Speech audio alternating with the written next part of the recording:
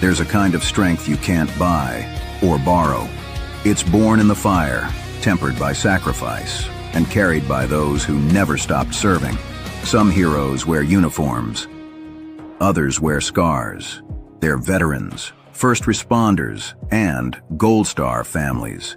Men and women who gave everything and still keep giving. At the Warrior Shield Foundation, we stand beside them, shoulder to shoulder, providing the support, the care, and the community they deserve.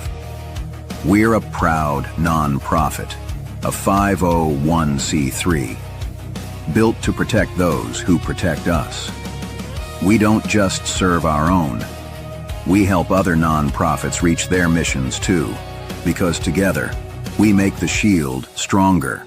Donate and help our cause, help their cause, because every act of kindness builds hope where the battle still rages inside.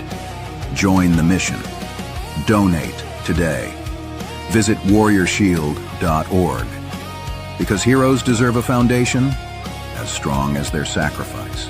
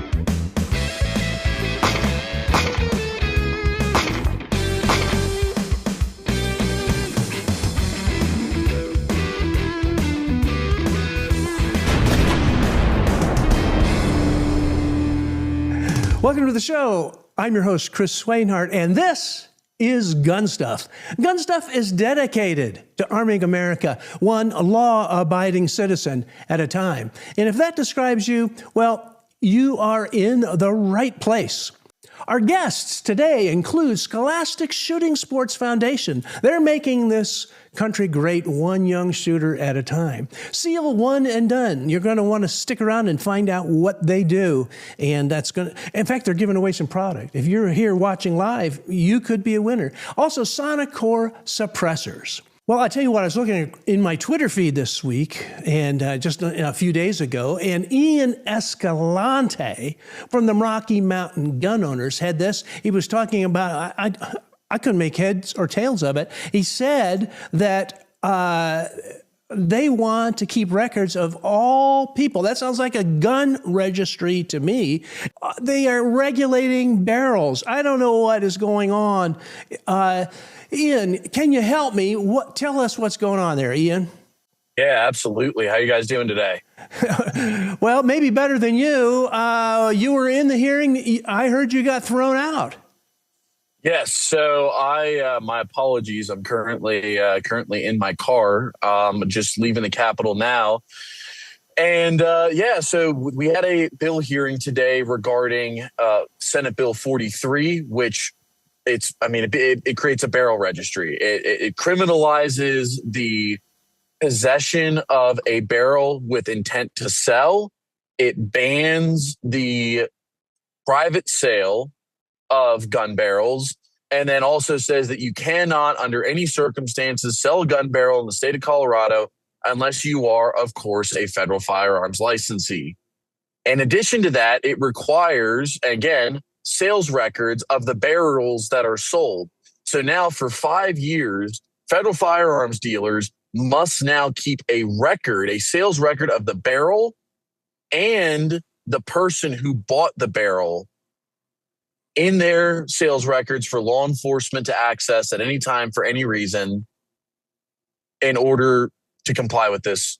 Honestly, I'll be honest with you guys. I'm kind of speechless right now based on just everything that's been happening in this state in the last week. It's kind of hard to put into words, but I mean, this is just the only word that really comes to my mind is communism. That's exactly what this is. It's total communism, total totalitarian garbage, nonsense.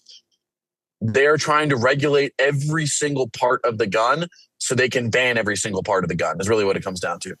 Well, I guess we expect that down in Cuba, but maybe not in Colorado. Let me ask you this. Have they thought about regulating handles of guns? Any grip? Any handle? In fact, I shouldn't even joke about that because that's going to be the next thing you're going to be in court. What do you think, Ian? I mean, that's definitely the direction they want to move in. And Senator Tom Sullivan, which we've talked about him plenty on this show, he straight out said today, first off, he cried and moaned about all the angry voicemails he's been getting. And then he also got really upset because apparently someone called him a retard. And he's like, I can't believe we use that term in modern society these days. He said gun violence is a public health crisis, and it takes a multifaceted, ongoing approach, and we're not going to stop until pretty much nobody dies from guns anymore. So he pretty much said we're not going to stop until nobody can buy guns in the state of Colorado anymore. And that's exactly what they're trying to do with these bills. Maybe the next time you talk to him, you could say, well, why don't you prohibit alcohol? I think they tried that. They made alcohol illegal in the country, but people didn't quit drinking. And I think all it did was increase organized crime. So it really isn't about controlling guns. It's really more about controlling you and me. What do you think, Ian?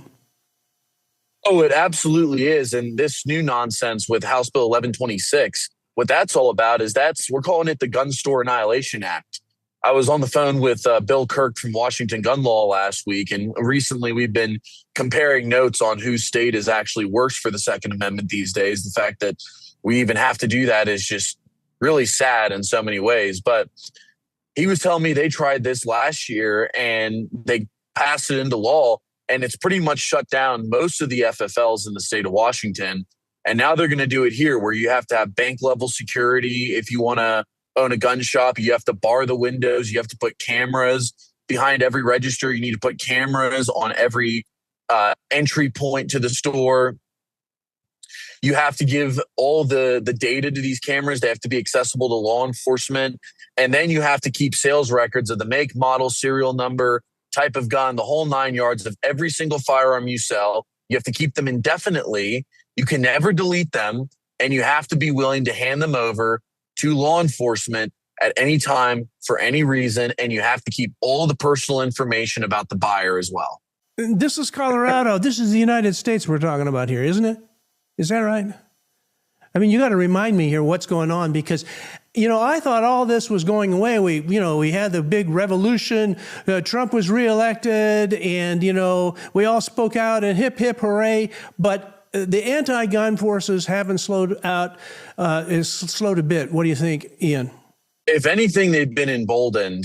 They've been emboldened for sure. And, that tends to happen anytime the left loses ground. It just fires them up even more and they want to come after us even harder. I'll give you an example. I'm not sure if y'all can see it very well, but I wear this AR-15 lapel pin everywhere I go. If I'm going to the Capitol, if I'm going to anywhere where I'm wearing a suit, I have a Tommy gun on my other suit. And they told me today, I just finished up testifying and the committee chair, she did, the normal, well, I need to fact check you because a Republican member of the Senate committee asked me if crime had gone up or down in the last 15 years since they started passing all these gun control bills. And the very short answer is it's gone up exponentially. And the committee chair tried to cite I don't even know where this is from. It's probably from some internal state fluff metric or something like that. Well, actually, crime's gone down in the last 2 years, even though on my way into to the Capitol this morning, I had some crazy homeless person come up and start banging on my window and screaming at me. Yeah, that's pretty crazy. Hey, look, we appreciate, as I told you before, you're doing God's work as far as I'm concerned. Everything that the Rocky Mountain Gun Owners is doing is great. We've got to go now. We'll have you back on again soon. But until that time, where can people learn more about Rocky Mountain Gun Owners, Ian? Absolutely. You go to rmgo.org for the Coloradans who are watching this stream. Go to rmgo.org. If you're not a member already, become a member. If you care about the Second Amendment and you're not getting involved and you're not volunteering, you're not giving money to organizations like RMGO so we can spend the resources to fight back against this garbage, you might as well leave the state because we're the only ones fighting right now. That's pretty crazy. Well, thanks a lot, Ian. Thanks for making the extra effort and coming on here and keep us informed. We'll stay in touch and we'll have you on for the very next breaking news that comes from Colorado. Thank you so much, Ian. Absolutely. God bless. Hey, you folks stick around. There's more from GunStuff. Thanks a lot, Ian. The next generation Gerson double stack Witness 2311 takes the 1911 design to the next level. Compatible with many 1911 slides, barrels, and parts, the Witness 2311 series is not a wolf in sheep's clothing double stack like much of the competition. Don't be fooled by the words double stack. Get a Witness 2311 for a true evolution of a 1911 double stack with match grade features. Find yours starting at just $749. To learn more, visit eaacorp.com. Well, welcome to the show, Tony Simon from the Diversity Show. You are in here in the hot seat today, taking the place of Ursula, right, Tony? Yeah, I'll try to do half as good a job as Ursula can do. Without even trying, by the way, she can do a better job than me. But well, yeah, she can do a better job of us than us all. And Scott, we're glad to have you here with us from Kentucky. Hey, where are you in right now? I know you're on location. Tell our viewers what you're doing. Yeah, I'm in the Gun for Hire range in Woodland Park, and we're about to kick off year 11 of the Second is for Everyone diversity shoots. So we're bringing people together, regardless of your background, to introduce you to firearms, Second Amendment advocacy, gun safety. We're shooting guns, having fun, doing some raffles, eating some pizza, and just blasting that stereotype, negative stereotype about gun owners away. I have my volunteers in here. My guys are bringing their own firearms or firearms that I get given. Also, I provide the ammunition. And we have people coming in from every background. And then we take them into the range and we shoot a plethora of firearms, everything from 22s to 9mm. Tonight, we even have a 50 Beowulf on the line. So we're going to have some fun. And it's just about having a good time, but also introducing people to real firearms owners and their Second Amendment civil rights. Now Scott, that's awesome. At the GunStuff range, do you think you could find a way to invite Tony out there to have a diversity shoot out there? Absolutely. Anytime that you're going to be in the, Northern Kentucky, Cincinnati area, give me a call, man. We'll set something up. We'll, I've got ranges, long ranges, and pistol ranges, and all this stuff, and you're always welcome. We'd love to have you out. So Scott, Tony, since you were on last time, Scott's going to tell you a little about what we've added to the GunStuff program. We have the largest database now of shooting events in the world. Isn't that right, Scott?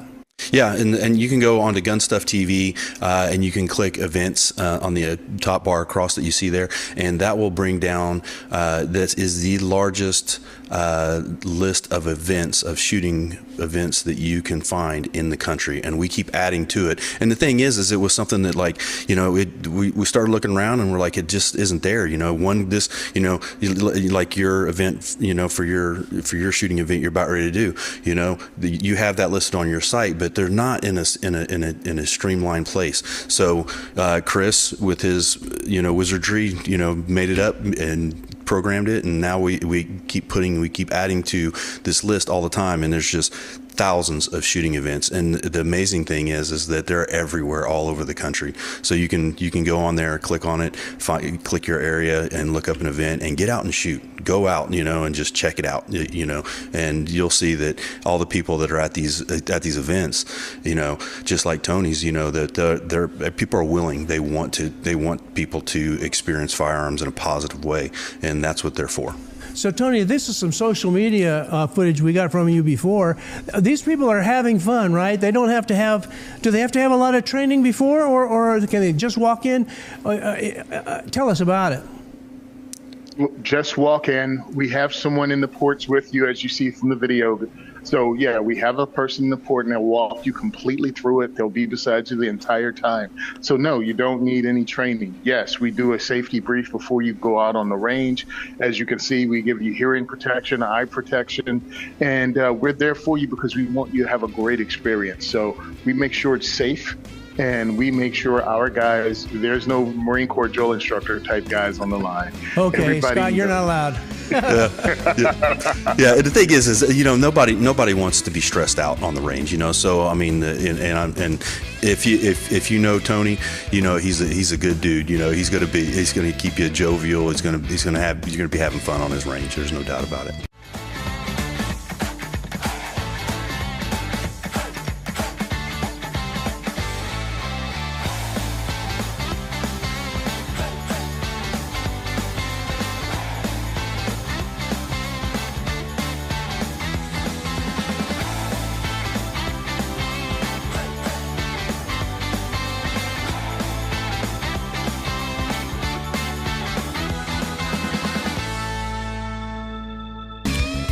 It's important that we bring along a new generation, and the Scholastic Shooting Sports Foundation does that. And I have with us Wayne Rasmussen. Wayne, thanks for being on our show today. Thanks for having me. I love what you guys are doing. You are making America wholesome and fun again. And tell our viewers how you guys got started. Tell us about it. Well, 25 years ago, the National Shooting Sports Foundation, along with a lot of industry support, started a youth shooting organization. It was called the Scholastic Target Program at that part in time. That was ran for about 6 years on itself. The Scholastic Shooting Sports Foundation was founded to help manage and run the program. And at that point, the Scholastic Shooting Sports Foundation, with the help of the industry and National Shooting Sports Foundation, took over the Scholastic Clay Target Program. And this is, in 2026, will be our 25th anniversary of national championships. The first national championship held in 2001, there was 210 athletes that shot 21,000 clay targets. At our national championship last year, we had just shy of 3,000 athletes, and we shot 2.1 million clay targets in competition. Oh, I tell you what, it seems like it's catching on. Yeah. What do you think, Wayne? A little bit of growth, yeah. Tony, I like what the Diversity Shoot is doing, reaching out to people. But what do you think about reaching out to young people? Isn't that a great idea? We have to get the new generation in, and we have to normalize it. We have to turn this into, in my opinion, how people see bowling and other sports that you can just go out and do. It has no other alternative, no other thing behind it except, hey, we're going out to have fun and compete against each other. That's it. It's no more deeper than that. That's what we need to get it to. And I really appreciate the work you guys do. Thank you.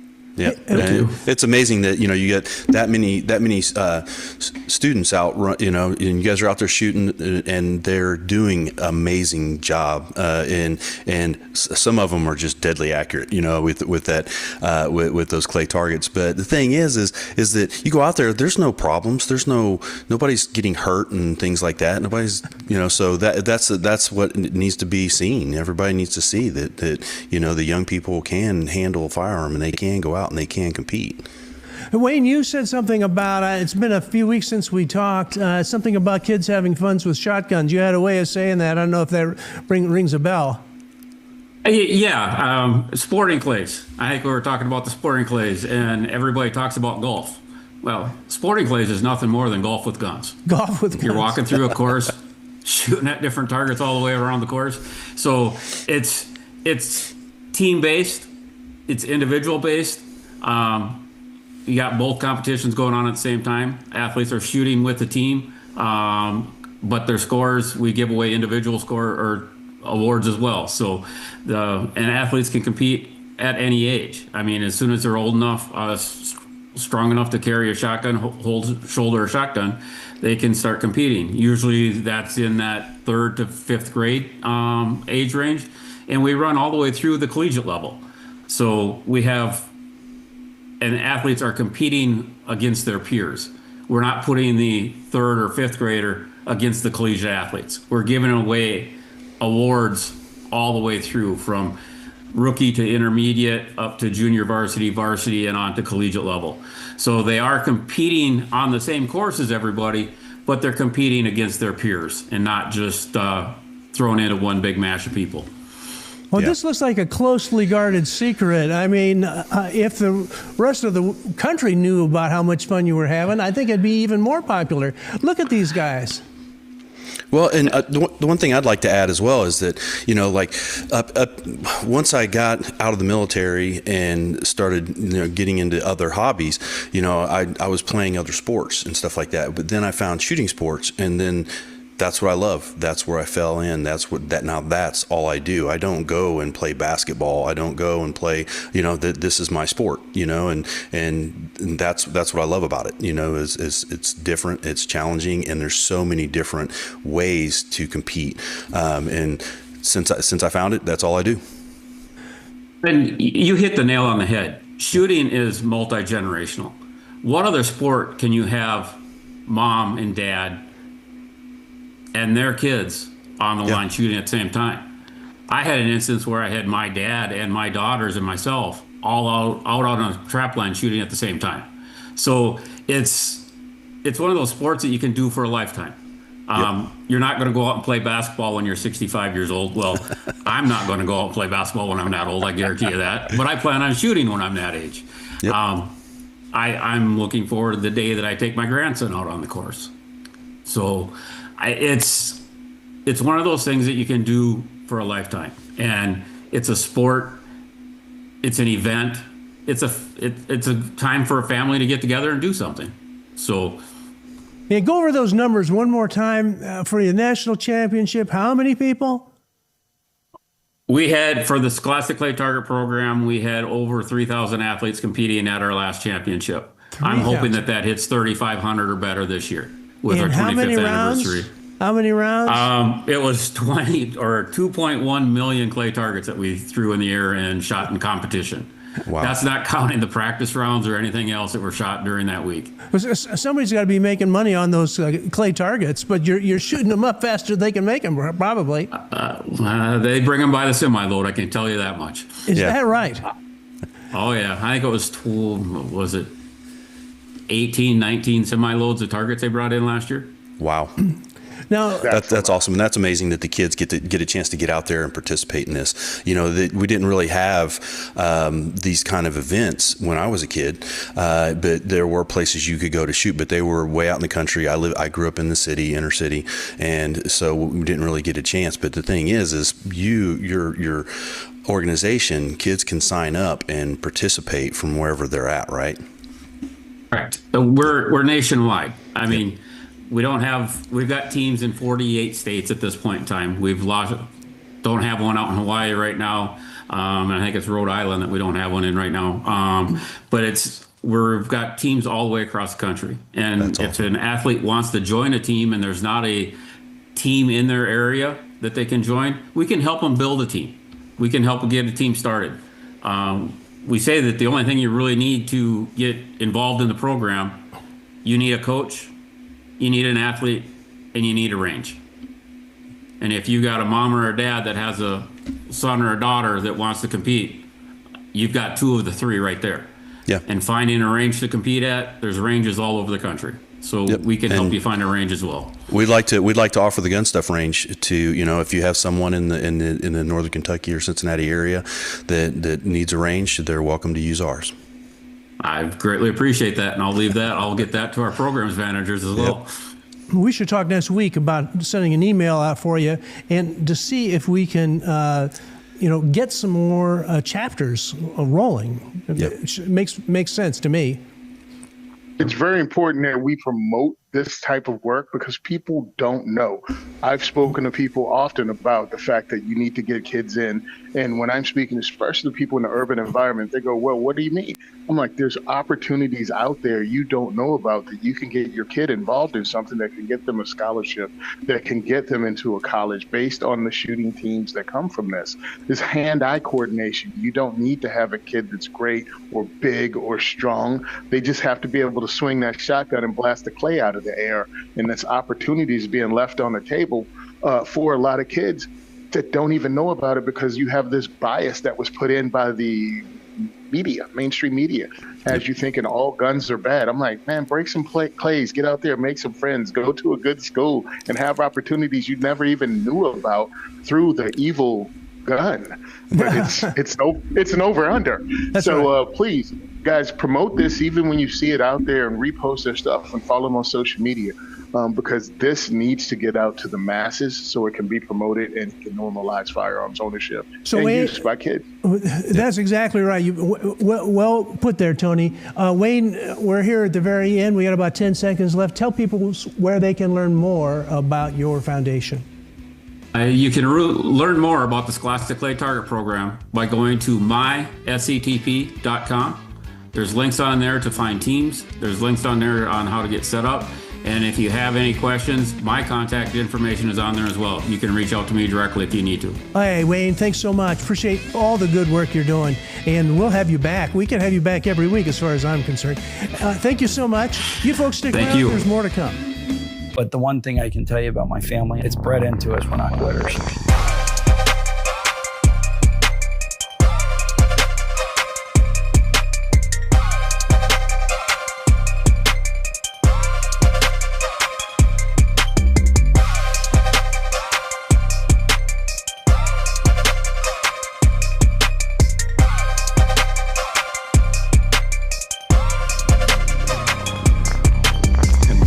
Facts and Firearms. Welcome to the show, Liz and Kyle from Sonicore Suppressors. Hey, just tell us a little bit how you guys got started. I'll jump in first because I'm probably the bigger ham out of the two of us, but we got to meet with you out at SHOT Show. We were very excited to show you our new line. Lyman obviously has been in business for a very long time. We're coming up on our 150th anniversary very shortly, but we are very excited to introduce a brand new line called Sonicore Suppressors. And Kyle has been Captain Sonicore here and has taken something that he has lots of experience with and brought it to life here as a new brand for us. So Kyle, you want to tell us more about these? Yeah, absolutely. I think Liz put it good. We've been a reloading company for almost 150 years now, so it was a little bit surprising when we unveiled these at SHOT Show. But our whole goal with Sonicore is to provide a very quality suppressor at a very affordable price, right? Price, I think, has been a big barrier to entry for a lot of people, especially when we had the $200 tax stamp.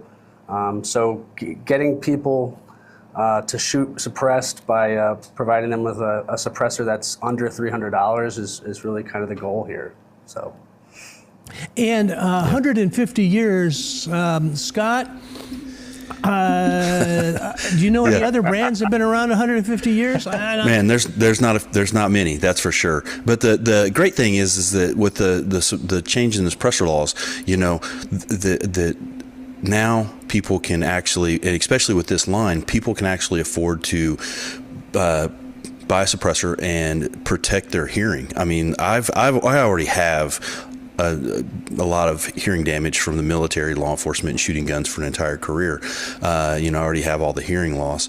But the thing is, there's the generation of people that may be able to still hear when they get to my age because because of this, and the products that you guys are putting out. And the thing is I think they should be on every gun. I mean, all my my neighbors, we shoot a lot out here, so you can hear people blasting from 10 miles away, hunting, shooting, and all that, and target shooting and everything.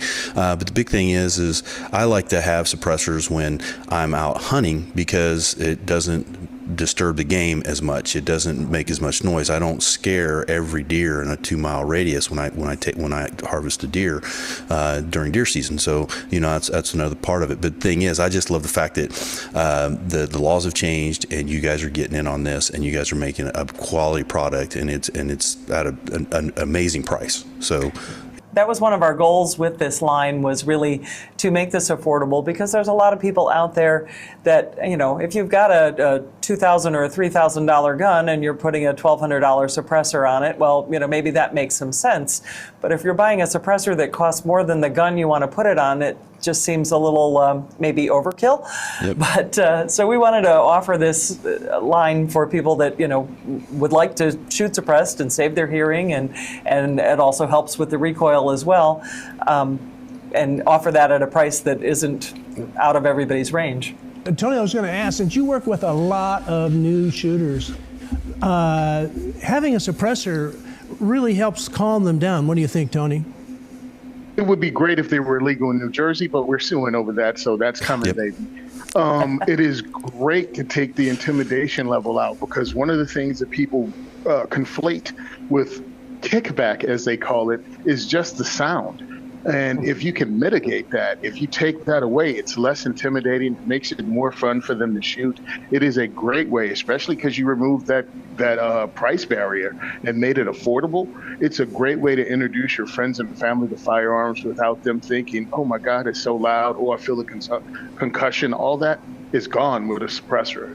So I think it's great, especially when it's pistol caliber carbines or 22s. It just turns it into a very fun thing that's less intimidating, and it will bring more people in. So everyone should have one, especially if you're teaching people about shooting. Yeah, and I love it. And so on your suppressors, when do they come apart in segments, or are they like a tube, or how does that work? No, they're fully modular. So you can actually go in, and as I'm taking the end cap off, you can loosen every single one of these modules, we're calling them, to make it shorter for whatever your use case is.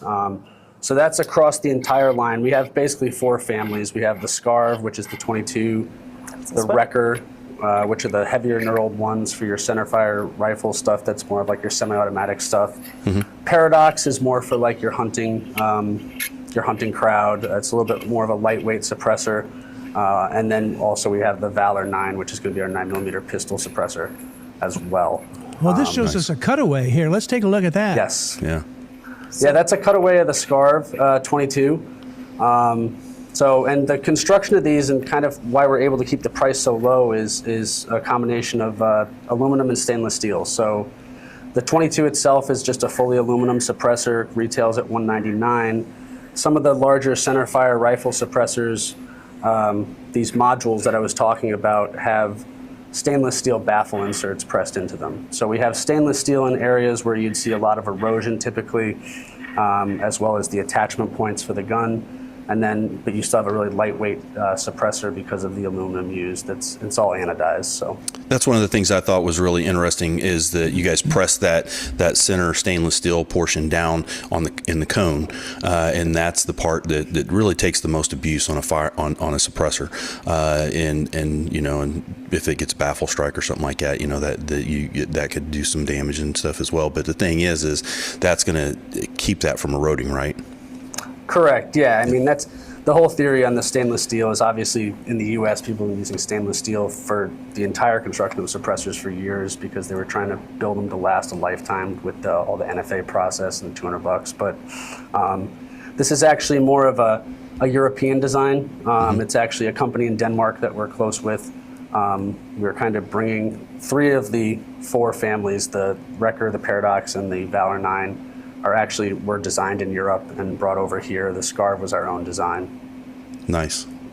And this one here, is it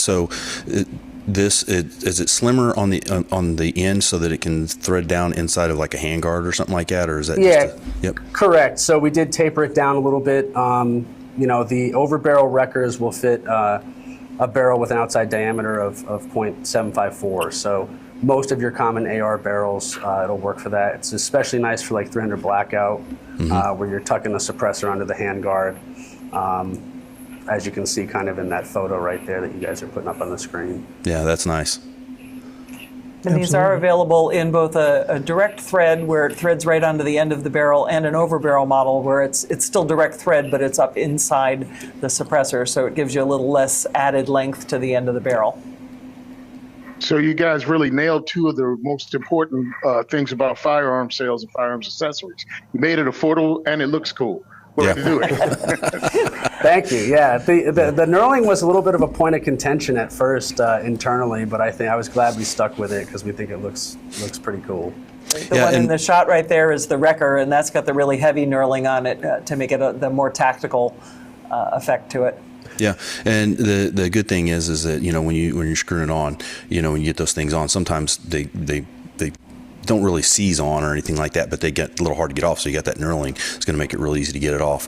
Another thing that I think is interesting is also that if some competitions, I always run a suppressor on my competition rifle, just because it mitigates the sound, it drops muzzle rise and all these great effects. But the thing is, sometimes you're going to be shooting in a tight quarters. And one of the things I was thinking is this would be great because you could take a couple baffles out and shorten it, because we're still going to wear hearing protection, like soft ears or something like that, but you no longer have to wear the big ears like on the gentleman's head in there that is shooting there.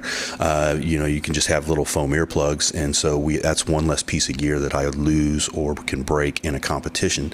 But you can shorten that. You can take a couple baffles out, shorten it up, and then make it really easy to get in and out of vehicles or around obstacles or through obstacles during shooting. I hate to say it, folks, we're actually here at the end. I'm loving all the models, the affordability, and the one thing is if this becomes popular, more and more people will get into the shooting sports. I think that signifies the reason why people are trying to keep this away from the public, but you're doing everything you can.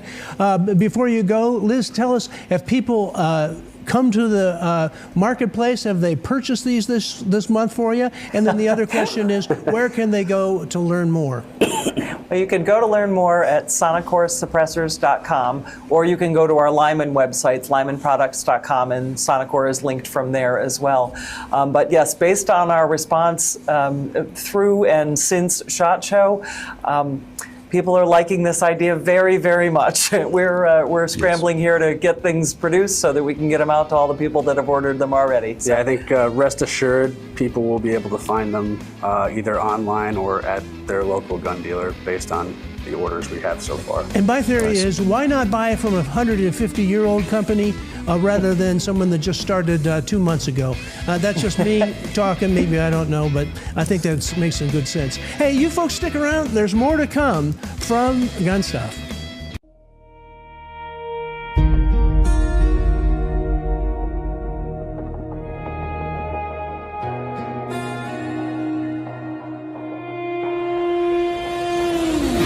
There's a kind of strength you can't buy or borrow.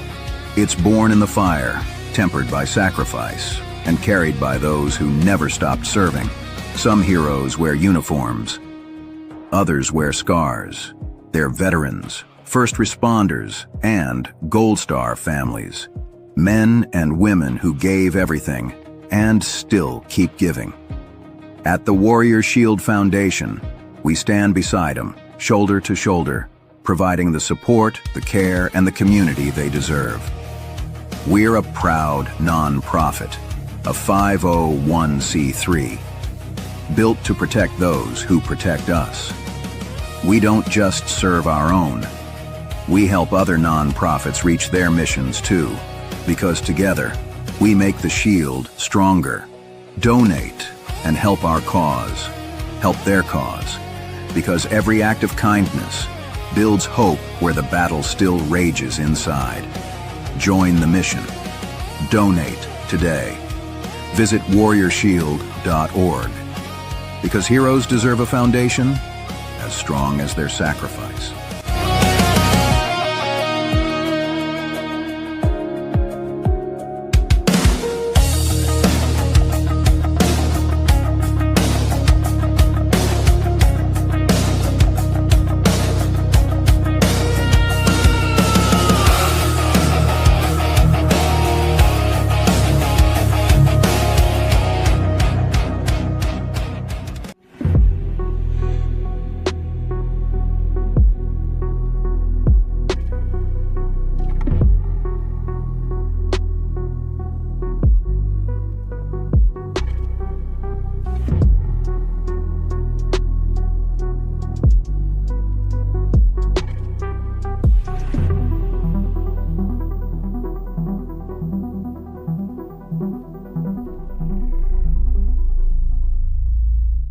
Welcome to the show, Seal One. We saw you guys out at SHOT. We had a lot of fun with you. Tell our viewers who Seal One is, Dwight, please. Seal One, we are a bio-based, non-toxic, complete gun care. So it's just one product. I like to say you put it on to clean, wipe it off to lubricate. So we're a dry lubricant. You don't leave any product on. So it's just you're wiping it on, wiping it off. And it comes in a paste, a liquid, an aerosol, pre-saturated board patches, a microfiber, pre-saturated cloth to compete with the silicone cloths. But it's, really very simple. Yeah, I mean, as I said, you're wiping it on and wiping it off. We've been out, we're in our 15th year in business, and it's simple, very, very easy to use. Yeah. And what were you saying, the formula? Tell us some more about the formula. I didn't catch all of that. Yeah. Well, the formula it's a proprietary formula. Okay. And, when it was coming up with the idea of using this product, it was like, okay, firearms have been around a lot longer than petroleum products. So there had to have been something that was being used to clean and basically was why kill yourself when you're cleaning your firearm, Mm-hmm. The products, it's very simple. That's why we like to say seal one and done, because you don't need multiple products. And it's the one product. Non-petroleum. Correct. Our paste is our base product. Every ingredient that goes in to make the paste is a food grade, but we're not a food grade facility, so we can't sell it as such. But then we put a carrier agent into the paste that makes the liquid, which really kind of looks more like a gel. But both products at about 104 degrees will be a complete liquid. And but as they cool down, they'll go back to their natural state. It doesn't harm it, doesn't change it. And we're safe on all metals, plastics, composites, rubber, wood, leather, carbon fiber. There's just a lot of different uses for the product.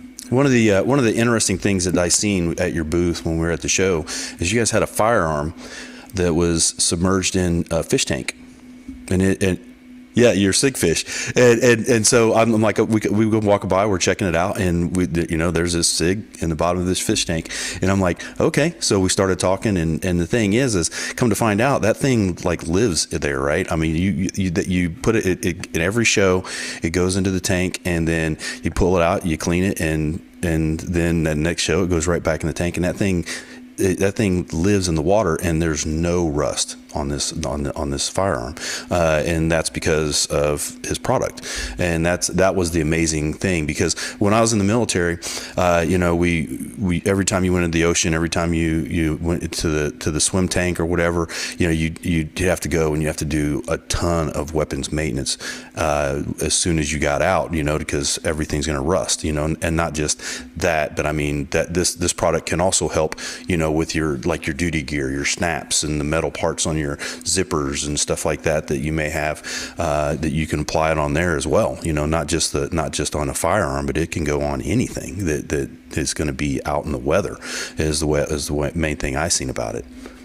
Yeah, it's real nice. So that's what a lot of the law enforcement. I mean, we've got over 600 LE departments around the country. From your small 2 to 3 man sheriff departments up to the largest, which is Pennsylvania State Police. Mm-hmm. So use it on your knife, So I mean, so the LE side, your handcuffs, everything you were just talking about. It's great for a wipe down on there. Your people that conceal carry every day. You're sweating on the firearm, especially in the summertime. You don't have to worry about at the end of the day, it rusting up on you. And that's when you can use our gun rag really just to wipe it off at the end of the day. You don't need to do a complete cleaning.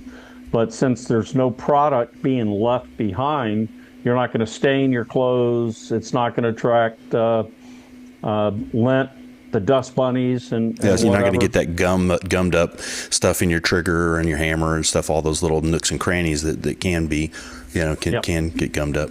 Hey, so Tony, when you guys are out at the diversity shoot, I know you talk about cleanliness and so forth. Are people surprised to learn that lead is a factor when you are at the range that you need to clean up afterwards? Yeah, so we talk to them after the fact and make sure people wash their hands after they leave the range. But we also talk about the maintenance of it. And they're like, what? Yeah, it's a machine. You have to lube it. You have to clean it. You have to wipe it off. And I like the fact that this is a one-shot stop, especially with a paste, because we've all had stuff pop open and spill in our range bags, and we just have a bunch of goop there. So able to have wipe down rags and have a paste, that just cuts down on the level of things that may just pop open and actually spill in my range bag. I kind of like this. Yeah. And what is this copper and lead remover? Because it is something that caught my eye when we were preparing your media. Dwight. Yeah, so when we first came out, we didn't have this product, and some good friends, some snipers and precision shooters were letting us know that, hey, your CLP Plus is not getting all the copper out on the long rifles like that's how they like, So we developed this product, and it's got, some grit in there that's going to scrub it out. But this is a non-toxic copper and lead remover. And one thing shooters are finding when they have switched to the CLP Plus is that on the long guns, you're going to find a 3 to 8% increase in muzzle velocity. So you will have to, get a new zero, for you. But it was like a good friend of mine that used to teach. He passed away, but he would say that on his rifles, he would get about 125 shots right around in that area. Then he would take it, he would clean it, use the copper and lead remover, then follow it up with just some of the CLP Plus. And he knew that he could go back to one fouling shot and he'd be right back on. And, we had another guy who he was repping for POF. He went 2 years and 53,000 rounds on one of their rifles without cleaning, and the carbon was still just wiping right off. Now here's a suppressor enhancement version 2, and we just saw the muzzle loader. We're getting close to the end, so I'm hitting through a few of these. Cleaning suppressors, that's a real thing, right, Dwight? Yes, it is. So whether it's the user-friendly that come apart, or they're just the single piece, our product's going to work on there. Because one thing where our product is different than anything else out there is we actually penetrate into the pores of the metal and create a barrier. So the carbon has nothing to adhere to and harden up. So that's why your cleaning time is reduced by over 50% when using our product on the firearms. Suppressors are still a little cleaning you're going to have to do because the carbon's not going anywhere. It's staying right there in the suppressor the whole time. Yeah. And so, Dwight, we're here at the very end. We got about 15 seconds. We're going to ask you to hold on, and then bring you back because we're going to give away some Seal One products right after the break. But, Dwight, tell our viewers, and especially our syndicated folks, how they can learn more about Seal One. Well, you just go to seal1.com, and we've got all our products. There's questions, testimonials, and all the information is there. Contact information. It's right there, and you can get a hold of us, and we'll answer any questions you have. All right. Hey, thanks so much. You folks stick around. There's more to come from GunStuff. The headrest safe is quick and easy to use. Some may even call it a game changer. The headrest safe acts as a safety net, protecting your belongings while keeping them out of sight and out of bounds of others, serving as security while also keeping your valuables in bounds. That's what the headrest safe provides for me. Game, set, match.